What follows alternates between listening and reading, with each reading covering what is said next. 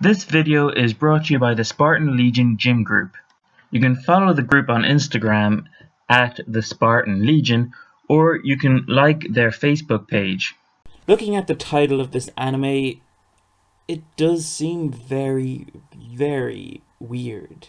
A small part of me kind of hoped that this would be some really weird anime about a guy who possibly met a girl online and she may have turned out to be a psychopath or some really weird, crazy guy.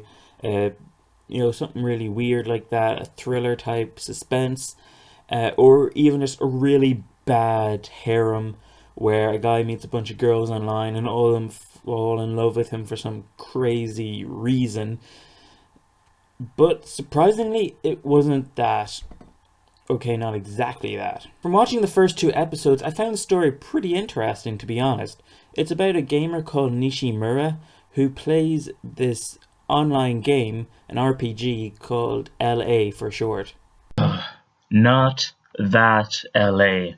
He's part of a guild called the Alley Cat Guild, which consists of 4 members, which are our main characters in the show. After a discussion they have online playing the game, they eventually decide to meet in real life, not knowing each other at all.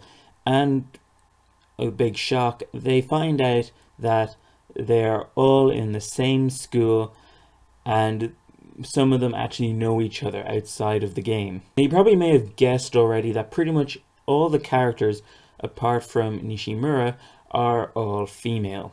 What I like about this anime so far is that it just sort of starts out in a virtual game about these 4 sort of nerdy characters that play together, never talk to each other, and then when they get into the real world, I feel as if it's going to sort of develop their social skills a bit more, which I haven't seen hugely in anime. I know it's probably out there with some animes like Welcome to the NHK, which I have seen, but this is a lot more relatable because it has to do with gaming and just sort of focus on people just interacting through a screen, which I feel as if a lot of people can relate more to in this modern day.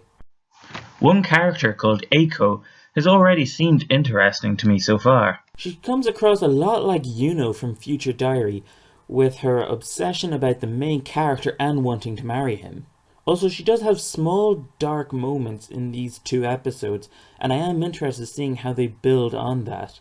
And also, she has a complete obsession about gaming, particularly LA, and it's just pretty much all she talks about, all she knows, and it's just she doesn't really focus on the real world as much. Another thing I took note of in these 2 episodes was actually the humor was surprisingly good.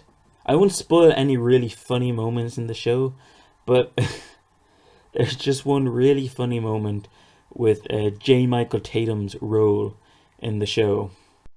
We see Tatum's role as one of the characters' avatars in LA.